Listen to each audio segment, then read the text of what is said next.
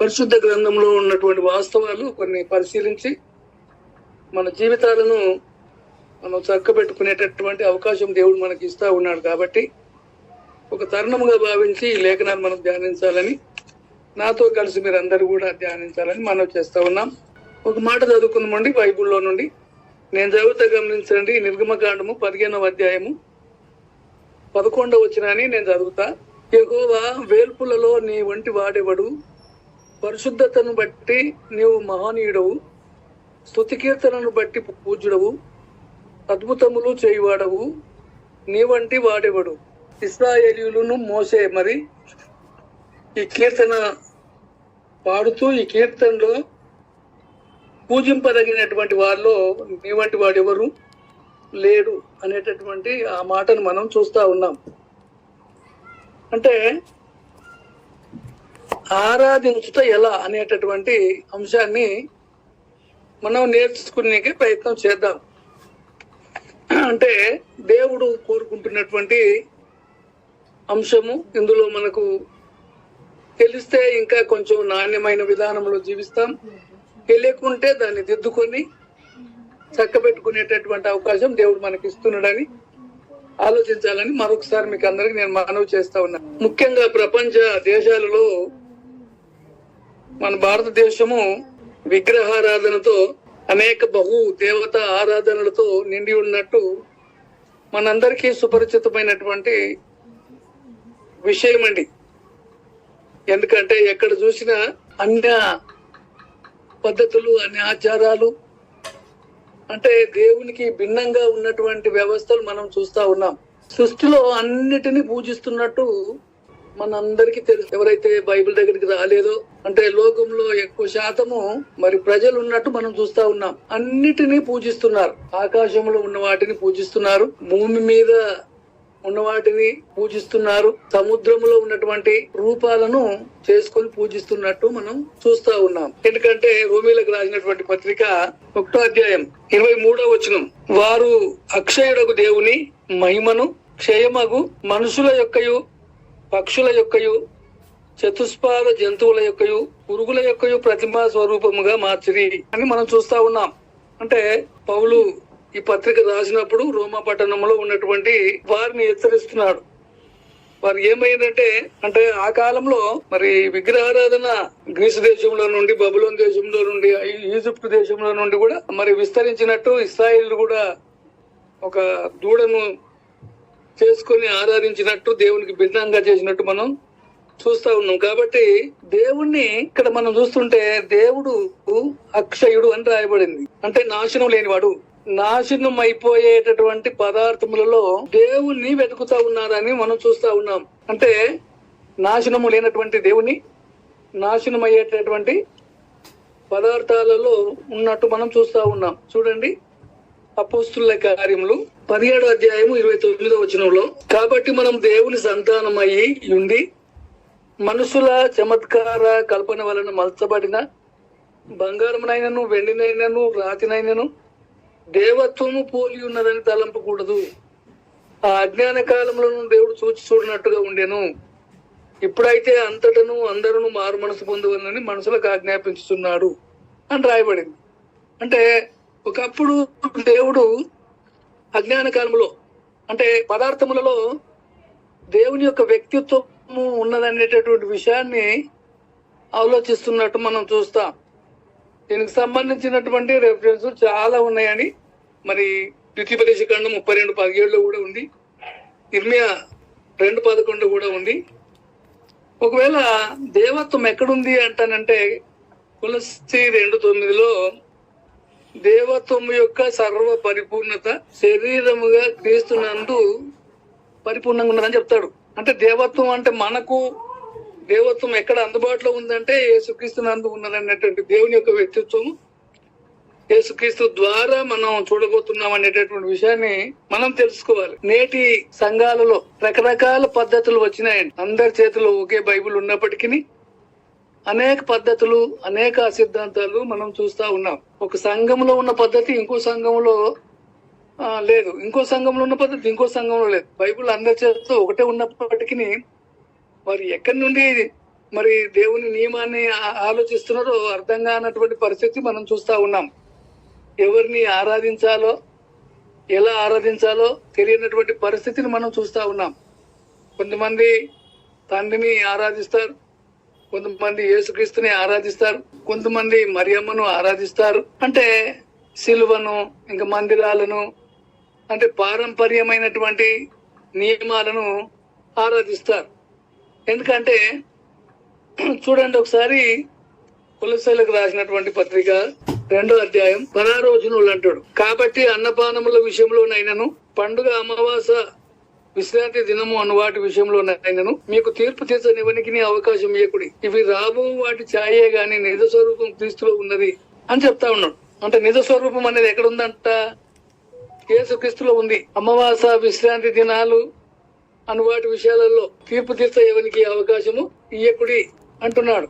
అంటే ఇంకా మనం బాగా ఆలోచన చేస్తే దేవుడు రోషం కలిగినటువంటి వాడు అని బైబిల్ చెప్తా ఉంది. నిర్గమకాండము 20వ అధ్యాయం 3-5 వచనాలు మనం ఆలోచన చేస్తే, నేను తప్ప వేరొక దేవుడు నీకు ఉండకూడదు. పైన ఆకాశం అందే గాని, కింద భూమి అందే గాని, భూమి కింద నీళ్ళ అందే గాని ఉండు దేని రూపమునైనను విగ్రహమునైనను నువ్వు చేసుకునకూడదు.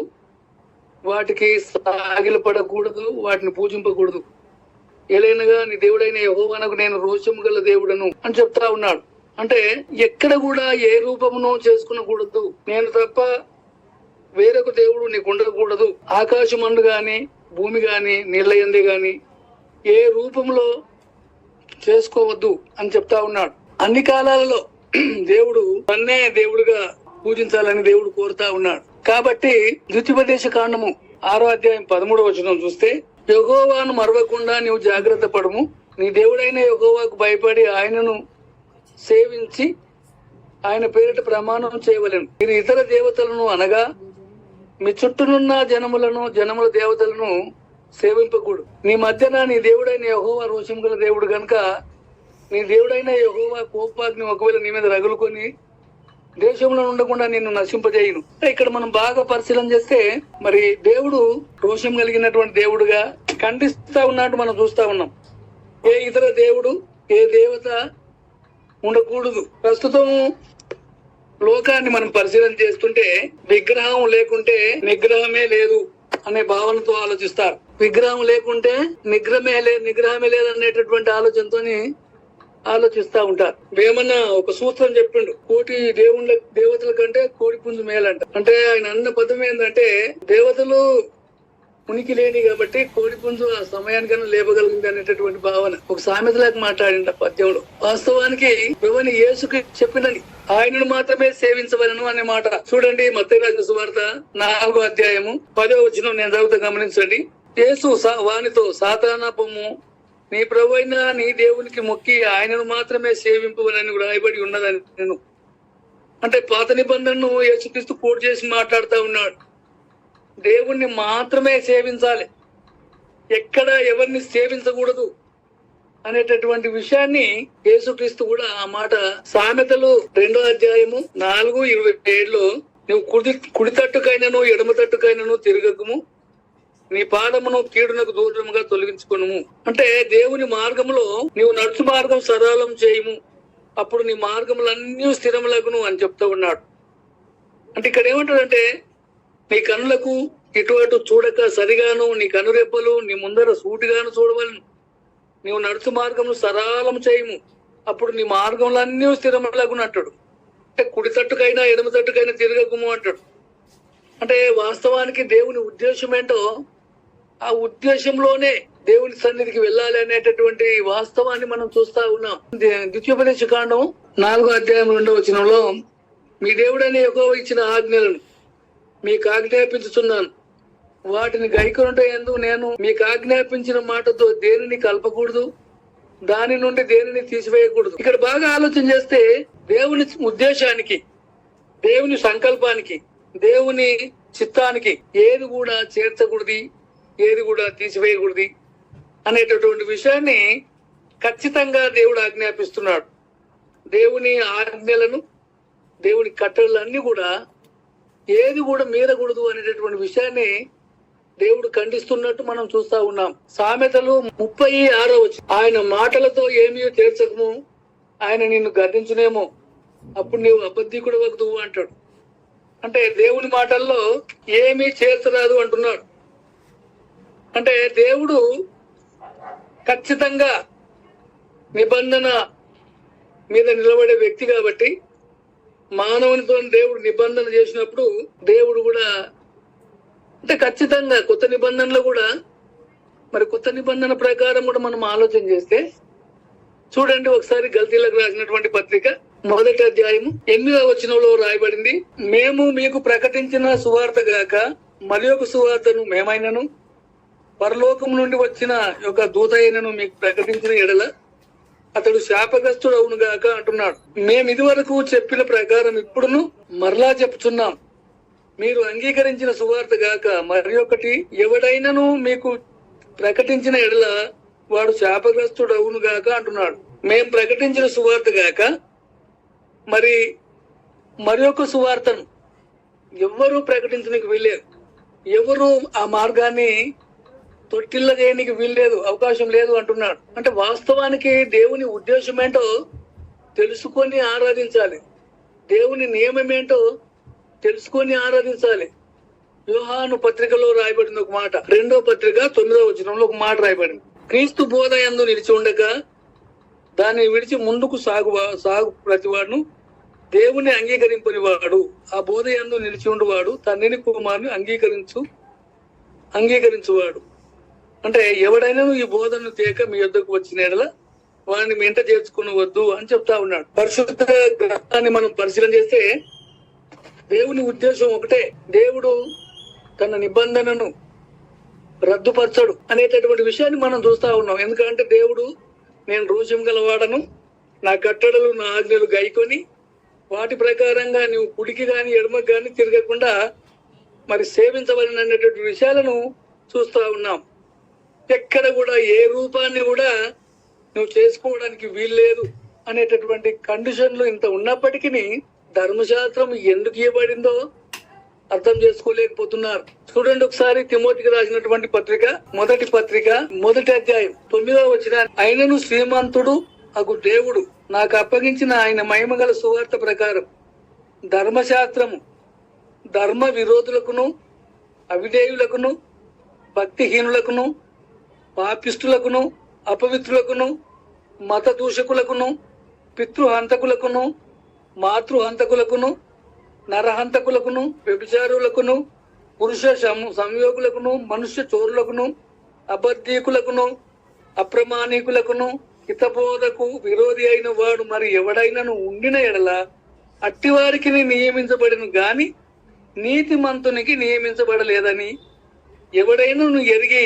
ధర్మానుకూలముగా దాన్ని ఉపయోగించిన ఎడల ధర్మశాస్త్రము మేలైనదని మనం ఎరుగుదుము అంటాడు. అంటే ఇలాంటి దుర్బుద్ధి గల లక్షణాలు ఉన్న వారికి ధర్మశాస్త్రం ఇవ్వబడింది అని చెప్తా ఉన్నాడు. ధర్మశాస్త్రము ఉద్దేశం ఏంటంటే ధర్మశాస్త్రం అంతా కూడా ధర్మశాస్త్రము రాబో వాటి ఛాయ అంటాడు. ఎబ్రీ 10 అంటాడు. ఎబ్రీ 10 మొదటి అధ్యాయం 1వ వచనంలో ధర్మశాస్త్రము రాబోచున్న మేలుల ఛాయ గలదియే గాని ఆ వస్తువుల నిజ స్వరూపము గలది కాదు. కనుక ఆ యాజకులు ఏటేటా ఎడతేకుండా అర్పించు ఒకటే విధమైన బలు వాటిని తెచ్చు వారికి ఎన్నడను సంపూర్ణ సిద్ధి కలగజేయనేరు అంటున్నాడు. ధర్మశాస్త్రము దేని ఉద్దేశంతో చెప్తా ఉన్నాడంటే ధర్మశాస్త్రము రాబోవు వాటి ఛాయ అంటున్నాడు. నిజ స్వరూపం ధర్మశాస్త్రము మరి క్రీస్తు వద్దకు నడిపించడానికి బాల శిక్షకుడు అని గల్తీలకు రాసిన పత్రికలు మనం చూస్తాం. అంటే కేవలము ధర్మశాస్త్రమును మనం పరిశీలన చేస్తే ధర్మశాస్త్రము ఇయ్యబడింది ఇశ్రాయేలులకు మాత్రమే ఇయ్యబడింది. మరి కొత్త నిబంధన సర్వలోకమునకు ఇయ్యబడింది. ధర్మశాస్త్రము మోసే ద్వారా ఇయ్యబడింది, కొత్త నిబంధన క్రీస్తు ద్వారా ఇయ్యబడింది. ధర్మశాస్త్రము భూ సంబంధమైంది, కొత్త నిబంధన పర సంబంధమైంది. క్రీస్తు దగ్గరికి నడిపించడానికి ధర్మశాస్త్రం ఇవ్వబడింది. క్రీస్తును అనుసరించి మరి పరలోకానికి చేరుకోవడానికి కొత్త నిబంధన ఇవ్వబడింది. మరి ఇశ్రాయేలును పరిపాలించేవాడు దేవుడు భర్తగా ఉంటే క్రైస్తవులను దేవుని కుమారులను పరిపాలించడానికి క్రీస్తు భర్తగా రాజుగా ఉన్నాడు. ధర్మశాస్త్రం పాపం చూపించింది, కొత్త నిబంధన పాపం తీసివేసింది. ధర్మశాస్త్రం ఏ వ్యక్తిని నీతిమంతునిగా చేయలేదు, కొత్త నిబంధన నీతిమంతులుగా తీర్చగలిగింది. జంతువుల రక్తము అంటే ధర్మశాస్త్రంలో ఉండింది, క్రీస్తు రక్తము క్రీస్తు రక్తం చేత కొత్త నిబంధన ప్రతిష్ఠించబడింది. అంటే మధ్యవర్తి దేవదూతల ద్వారా కొనసాగింది ధర్మశాస్త్రము, మధ్యవర్తి అయిన యేసుక్రీస్తు ద్వారా కొనసాగింది. యాజకత్వము లేవి సంతానం ధర్మశాస్త్రం ఉంటే మన ప్రధాన యాజకుడు ప్రభువైన యేసుక్రీస్తుగా ఉంది. అంటే అనేక కోణాలలో ఆచరిస్తూ మనం చూస్తుంటే మరి ధర్మశాస్త్రంను మరి ఆచరిస్తూ కొన్ని సంఘాలు ఇప్పుడు మనం కొనసాగుతున్నట్టు మనం చూస్తూ ఉంటాం. అక్కడక్కడ మనకు అంటే వాస్తవానికి సర్వసత్యమును పరిశీలన తెలుసుకోలేనటువంటి వారిని మనం చూస్తూ ఉంటే ఆ యాజకత్వం గాని అవి భౌతిక సంబంధమైనటువంటి విధానంలో ఉంటున్నారు. ఏది ఏమైనా దేవుడు ఆయా కాలాల్లో మనసుతో ఎలా వ్యవహరించిండో మనకు అర్థం కావాలి. పితరుల కాలంలో దేవుడు ఒక సర్వశక్తి గల దేవుడుగా ప్రత్యక్షం చేసుకున్నాడు. పితరులు సర్వశక్తి గల దేవుడని నమ్మి విశ్వసించి ఆయన అలా ఆ విధంగా ఆరాధించగలిగినారు. ధర్మశాస్త్ర కాలంలోనైతే 2 పద్ధతులు ఉన్నాయి దేవుణ్ణి ఆరాధించడానికి. ఒకటేమో యాజకత్వము, రెండోది ప్రధాన యాజకత్వం. అంటే ప్రధాన యాజకుడు, యాజకులు ఉండాలి, తర్వాత ప్రజలు ఉండాలి. అంటే ఆవరణం ఉండేది, పరిశుద్ధ స్థలం ఉండేది, అతి పరిశుద్ధ స్థలం ఉండేది. అంటే పాత నిబంధన యొక్క ఛాయ అంతా కూడా కొత్త నిబంధనలో ఉన్నటువంటి నిజాన్ని మనం తెలుసుకోబోతున్నాం కాబట్టి అది మనం తెలుసుకునే ప్రయత్నం చేద్దామండి. ఎందుకంటే మరి ధర్మశాస్త్ర కాలంలో 2 పద్ధతులు ఏంటంటే, ఒక ప్రధాన యాజకుడు, మరి యాజకత్వం. అప్పుడు కూడా మరి ప్రధాన యాజకుడు ఉండేవాడు, యాజకులు రాజులు ఉండేవారు, ప్రజలు ఉండేవారు. ఆవరణంలో ప్రజలు ఉంటారు, పరిశుద్ధ స్థలంలో యాజకులు అభిషేకించబడిన వారు ఉంటారు, అతి పరిశుద్ధ స్థలంలో మరి ప్రధాన యాజకుడు వెళ్ళేవాడు. అందరి నిమిత్తమై రక్తం చేత పట్టుకొని వెళ్ళేవాడు. అది సాక్ష్యపు ప్రత్యక్ష గుడారములో జరిగినటువంటి సేవా విషయంలో గాని, సొలొమోను కట్టించినటువంటి యెరూషలేములో మందిరంలో గాని అది జరుగుతూ వచ్చింది. అయితే యాజకులు చూడండి ఒకసారి హెబ్రీయులకు రాసిన పత్రిక 9వ అధ్యాయము 19వ వచనాన్ని మనం చదువుకుందాం. ధర్మశాస్త్ర ప్రకారం మోసే ప్రతి ఆజ్ఞను ప్రజలతో చెప్పిన తరువాత ఆయన నీళ్లతోనూ రక్తవర్ణము గల గొర్రెబొచ్చుతోనూ హిస్సోపుతోనూ కోడల యొక్కయు మేకల యొక్కయు రక్తము తీసుకుని దేవుడు మీ కొరకు విధించిన నిబంధన రక్తం మీద అని చెప్పుచు గ్రంథం మీదను ప్రజలందరి మీదను ప్రోక్షించను. అదే విధముగా గుడారం మీదను సేవా పాత్రలన్నిటి మీదను ఆ రక్తమును ప్రోక్షించండి. అంటే ధర్మశాస్త్ర ప్రకారము సమస్త వస్తువులు రక్తం చేత శుద్ధి చేయబడునని అనేటటువంటి విషయాన్ని ఆ ఆచరణలో ఉంది. అంటే అయితే ప్రధాన యాజకుడు ఏమంటాడంటే, ఇక్కడ 27వ వచనం చూస్తే ప్రధాన యాజకుడు అలాగుండే క్రీస్తు కూడా 25వ వచనం చూడండి. అంతేకాదు ప్రధాన యాజకుడు ప్రతి సంవత్సరము తనది కాని రక్తము తీసుకుని పరిశుద్ధ స్థలములోనికి ప్రవేశించినట్లు ఆయన అనేక పర్యాయములు తన తాను అర్పించుకుంటకు ప్రతి సంవత్సరం తనది కాని రక్తం తీసుకొని ప్రతి పరిశుద్ధ స్థలంలోకి ప్రవేశించినట్లు. అంటే ఇక్కడ సంవత్సరంకు ఒక్కసారి మాత్రమే ప్రధాన యాజకుడు వెళ్ళేవాడు. సంవత్సరానికి ఒక్కసారి మాత్రమే ప్రధాన యాజకుడు అందరి రక్తం చేత వెళ్ళేవాడు. అతనికి ఒక పరిశుద్ధమైనటువంటి అలంకరణ ఉండేది. అంటే ప్రధాన యాజకునికి పరిశుద్ధమైనటువంటి అలంకరణ ఉండేది. లేవీయ కాండము 6వ అధ్యాయము 8వ అధ్యాయం ఆ ప్రాంతంలో చూస్తే వారి యొక్క యాజకత్వంకు సంబంధించిన విషయాలన్నీ మనం అక్కడ చూడవచ్చు. లేవీయ కాండము 8వ అధ్యాయంలో చూడవచ్చు. ప్రత్యక్ష గుడారం యొక్క ద్వారము వద్దకు సర్వ సమాజమును సమకూర్చమనగా యెహోవా మోషేకు ఆజ్ఞాపించినట్టు అతడు చేశాడు. సమాజము ప్రత్యక్షపు గుడారం యొక్క ద్వారం వద్దకు కూడిరాగా మోషే సమాజంతో చేయవలనని యెహోవా ఆజ్ఞాపించిన కార్యము అని ఇదే అని. అప్పుడు మోసే ఆరోనును అతని కుమారులను దగ్గరికి తీసుకుని వచ్చి నీళ్లతో వారికి స్నానం చేయించి, తర్వాత అతనికి చొక్కాయిని తొడిగి అతనికి దట్టిని కట్టి నిలువుటంగిని ఎబోదును వేసి ఎబోదు యొక్క విచిత్రమైన నడికట్టును అతనికి కట్టి దాని వలన అతనికి ఎబోదును బిగించి అతనికి పథకం వేసి ఆ పథకంలో ఊరీము తుమ్మీమును వాటిని ఉంచి అతని తల మీద పాగాను పెట్టి ఆ పాగా మీద అతని నొసట పరిశుద్ధ కిరీటముగా బంగారు రేకును కట్టెను. ఇట్లు యెహోవా మోసెకు ఆజ్ఞాపించెను. మరియు మోసే అభిషేక తైలమును తీసుకొని మందిరమును దాంట్లోనున్న సమస్తమును అభిషేకించి వాటిని ప్రతిష్ఠించెను. అంటే ఈ విధంగా పరిశుద్ధమైనటువంటి అలంకరణ ఎపోదు ధరించాలి, తట్టి ధరించాలి, తర్వాత ఒక పథకము ఆయన ఎద మీద ఉండాలి, ఒక పాగా అతని నొసట ఉండాలి, అంటే వాళ్ళ ఇజ్రాయిల్ 12 గోత్రముల గుర్తులు ఉండాలి. అవన్నీ వాళ్ళు సేవా నియమాల్లో వాళ్ళు ధరించుకున్నటువంటి వారుగా ఉన్నారు. అవి కొత్త నిబంధనకు ఛాయగా మనం ఆలోచించవలసిన విషయం ఏంటంటే ఇవన్నీ కూడా కొత్త నిబంధనకు ఛాయగా.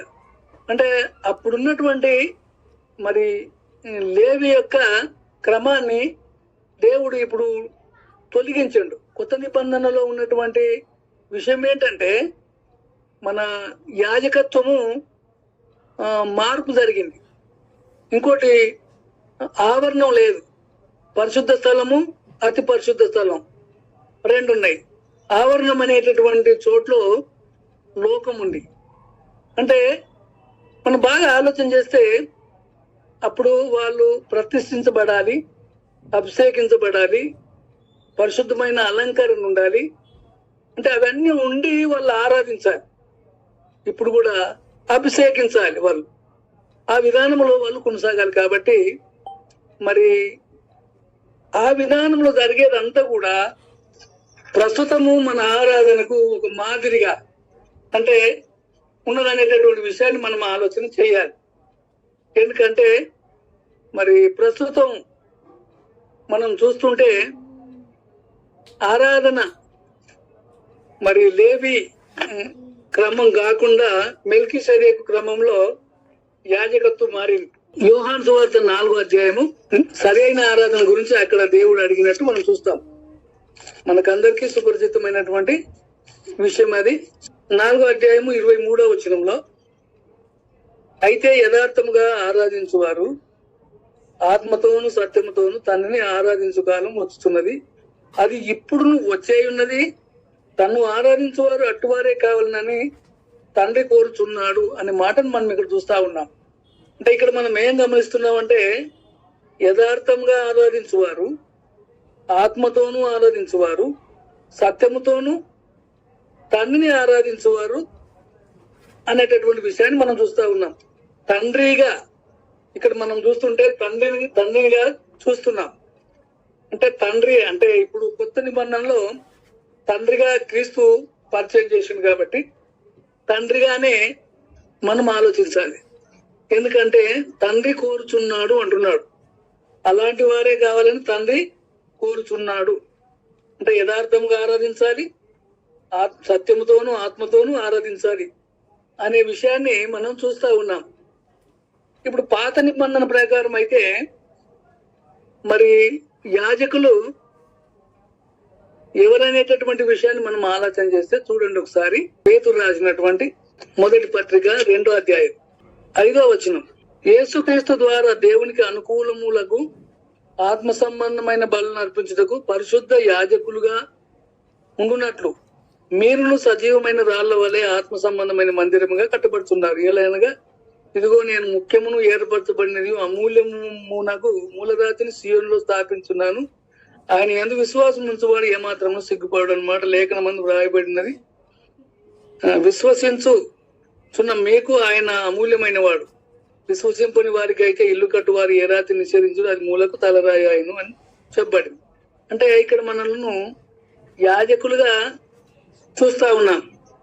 ఇంకా చూస్తుంటే ఇక్కడ 2:9 అంటాడు, ఇక్కడనే 9, మీరు చీకట్లో నుండి ఆశ్చర్యకరమైన తన వెలుగులోనికి మిమ్మల్ని పిలిచిన వానికి ఉన్నాస్యం ప్రచురం చేయ నిమిత్తము ఏర్పరచబడినటువంటి వంశము, రాజులైన యాజక సమూహము, పరిశుద్ధ జనము, దేవుని సొత్తైన ప్రజలునై ఉన్నారు అంటున్నాడు. కొత్త నిబంధన ప్రకారము మరి ఆరాధించవలసినటువంటి వారు ఎవరంటే పరిశుద్ధులు, యాజకులు, రాజులు అనేటటువంటి ఈ పాత్ర నేడు మనకు క్రీస్తు సంఘంలో ఉన్నటువంటి సభ్యులకు వర్తించబడిందని మనం ఆలోచించాలి. ఎందుకంటే ఆరాధించడానికి ఇప్పుడు పరిశుద్ధ స్థలం అనేటటువంటి చోట్ల క్రీస్తు సంఘం అనేది ఉందండి. క్రీస్తు సంఘం ద్వారా ఆరాధించాలి. అతి పరిశుద్ధ స్థలం అనేటటువంటి భాగంలో పరలోకం ఉండి మన ప్రధాన యాజకుడు ప్రత్యేకంగా నిరంతరం మన కోసం మధ్యవర్తిగా యాజకత్వం చేస్తా ఉన్నాడు. పరలోకము అతి పరిశుద్ధ స్థలానికి నిదర్శనంగా ఉంది. మరి పరిశుద్ధ స్థలానికి నిదర్శనంగా క్రీస్తు సంఘం ఉంది. మరి ఆవరణానికి చూస్తుంటే లోకం. మరి ఇంకా ఏమైందంటే రాజులు మనమే, యాజకులు మనమే. అంటే రాజులు దేవుని బిడ్డలు యాజకులుగా ఉంటారు. అంటే రెండు పాత్రలు మనయే, పరిశుద్ధులుగా అయినం కాబట్టి మరి ఆ రెండు పాత్రలు మనయే. మరి ఇప్పుడు ప్రస్తుతం కొన్ని మత్స్యాకులను మనం పరిశీలన చేస్తే అభిషేకం ఉండాలి. పూజించే వారికి, రాజులకు, యాజకులకు ఏముండాలంటే అభిషేకం ఉండాలి. అభిషేకం ఉండాలంటే మరి ఈ మత్స్యాకులను మనం పరిశీలన చేస్తే డిఎస్లు అంట, బిషపులు అంట, ఇంకా వారి హెచ్చు తగ్గులతోని వాళ్ళు పెద్దోళ్ళు చిన్నోళ్లకు అభిషేకం చేయాలి అనేటటువంటి విషయాలను వాళ్ళు చేస్తా ఉన్నారు. మనం ఆలోచిస్తుంటే మరి రోమన్ క్యాథలిక్ వాళ్ళు కూడా భౌతికమైనటువంటి విషయంలో వాళ్ళు ఆరాధిస్తున్నారు. భౌతికమైనటువంటి ఒక ఈ అలంకరణ వాళ్ళు మనం చూపిస్తా ఉన్నారు. కాబట్టి మనము దేవుని చేత అభిషేకింపబడుతున్నాం.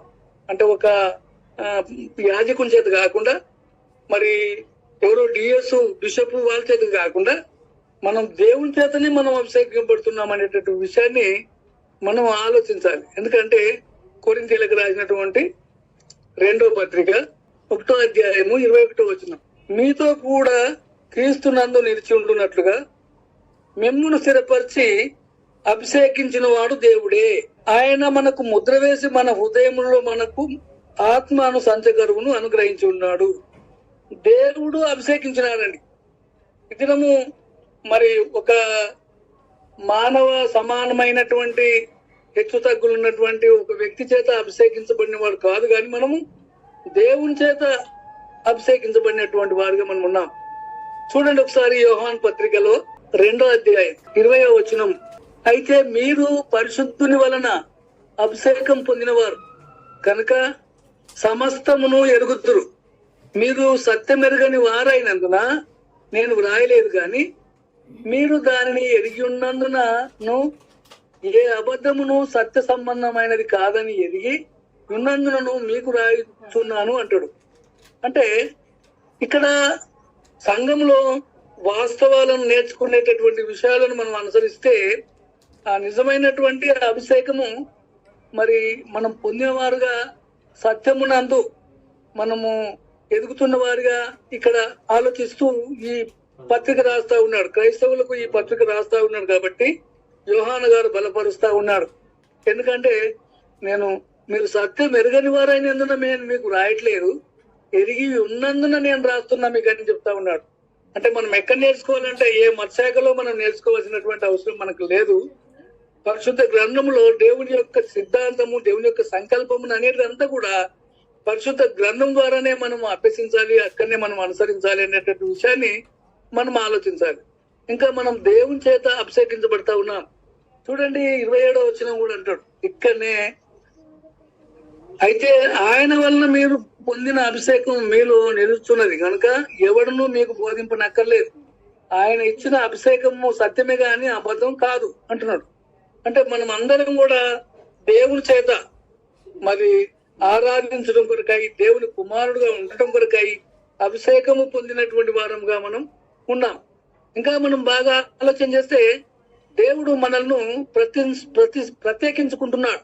కొరింథీయులకు రాసినటువంటి 2వ పత్రిక 6వ అధ్యాయము 18వ వచనాన్ని మనం చదువుకున్నాం. మనకు విగ్రహములతో మనము జీవము గల దేవుని ఆలయమై ఉన్నాము, అందుకు దేవుడి ఇలాగూ సెలవిస్తున్నాడు, నేను వారిలో నివసించి సంచరించును, నేను వారి దేవుడునైందును, వారు నా ప్రజలై ఉందురు, కావున మీరు వారి మధ్య నుండి బయలు వెళ్లి ప్రత్యేకముగా ఉండుడి, అపవిత్రమైన దానిని ముట్టకుడని ప్రభువు చెప్తున్నాడు.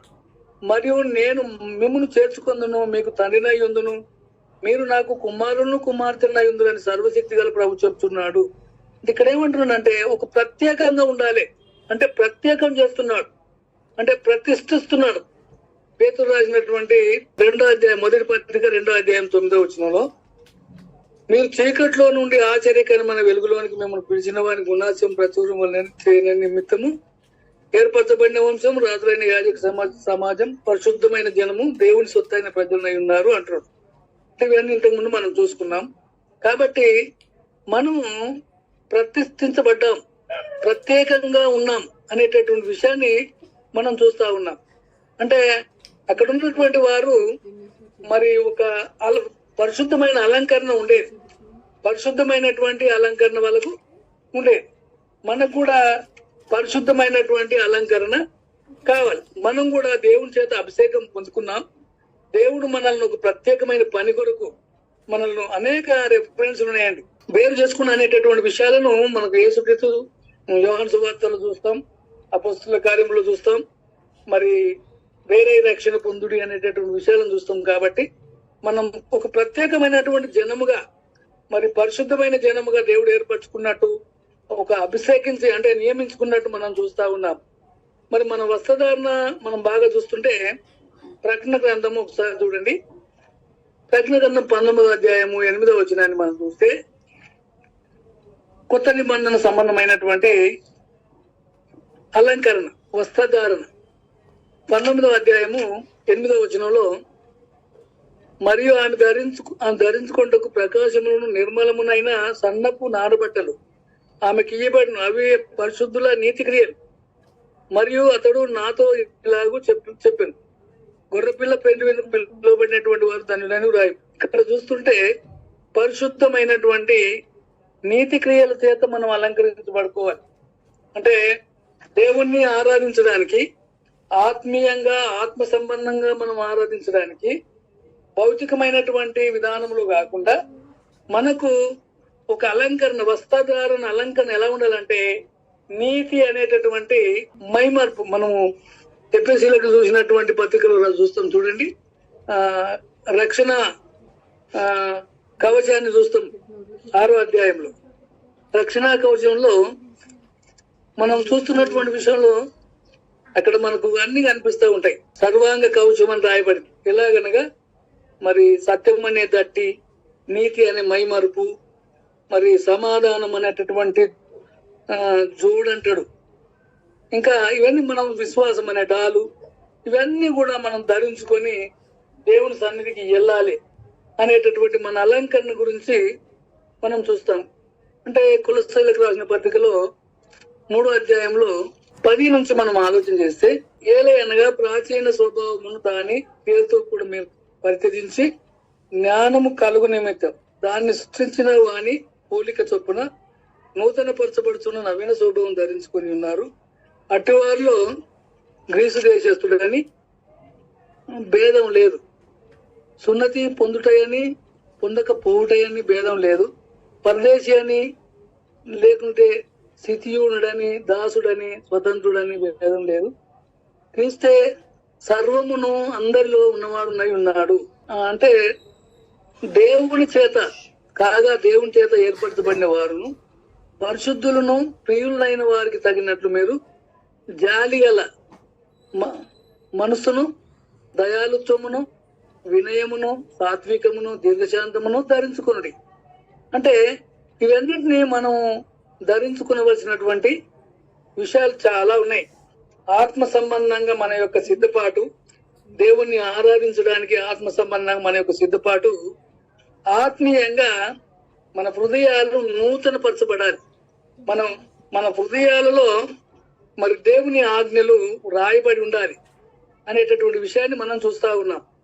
కాబట్టి మరి మనం బాగా ఆలోచన చేస్తే ఇంకా మరి ఎలా రావాలి అని మనం ఆలోచన చేస్తే చూడండి, ఏప్రిల్ రాసిన పత్రిక 10వ అధ్యాయము 22వ వచనం. మనస్సాక్షికి కల్మషం తోచకున్నట్లు ప్రోక్షింపబడిన హృదయములు గలవారం, నిర్మలమైన ఉదకం చేత శరీరం గలవారం అయ్యుండి విశ్వాస విషయంలో సంపూర్ణ నిశ్చత కలిగి యథార్థమైన హృదయంతో మనం దేవుని సన్నిధానము చేరుదము అంటాడు.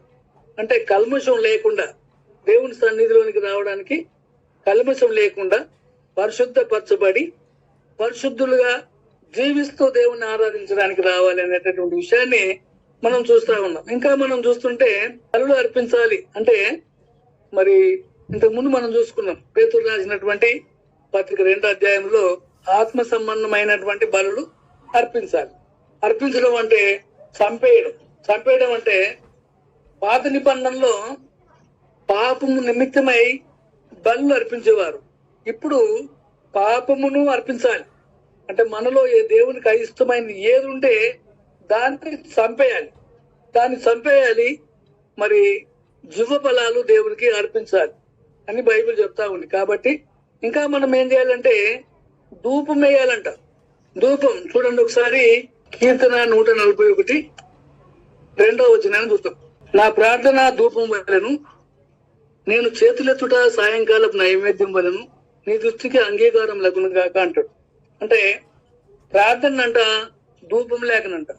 అంటే ఒక ధూపం వేసినప్పుడు ఒక సువాసనతో మందిరం అంతా నిండినట్టు మన ప్రార్థన, మన పరిశుద్ధత, మన నీతి, మన రక్షణ, మన సిద్ధపాటు అంతా కూడా ఒక మంచి సువాసనగా మరి వెదజల్లినట్టు మనకు ఉండాలి. ఇంకా ప్రకటన గ్రంథంలో కూడా ఒక మాట ఉంటుంది చూడండి. ప్రకటన గ్రంథం ప్రకటన 5వ అధ్యాయం 8వ వచనం. ఆయన దాన్ని తీసుకొనినప్పుడు ఆ 4 జీవులను వీణలను ధూప ద్రవ్యములతో నిండిన సువర్ణ పాత్రను పట్టుకొని ఉన్న ఆ 24 పెద్దలను ఆ గొర్రె పిల్ల ఎదుట సాగిలపడి ఆ పాత్రలు పరిశుద్ధుల ప్రార్థనలు.